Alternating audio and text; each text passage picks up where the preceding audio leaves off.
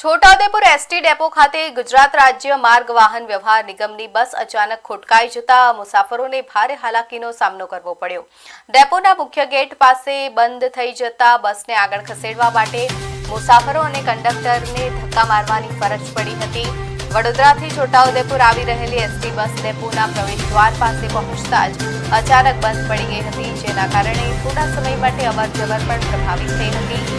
બસમાં સવાર મુસાફરો અને સવાર કંડક્ટરે મળીને બસને ધક્કા મારીને ખસેડવાનો પ્રયાસ કર્યો હતો। સમગ્ર ઘટનાના વિડીયો પણ સામે આવ્યા છે। ઘટનાને પગલે મુસાફરોએ એસટી બસોની જાળવણી અને સમયસર મરામત અંગે પ્રશ્નો ઉઠાવ્યા।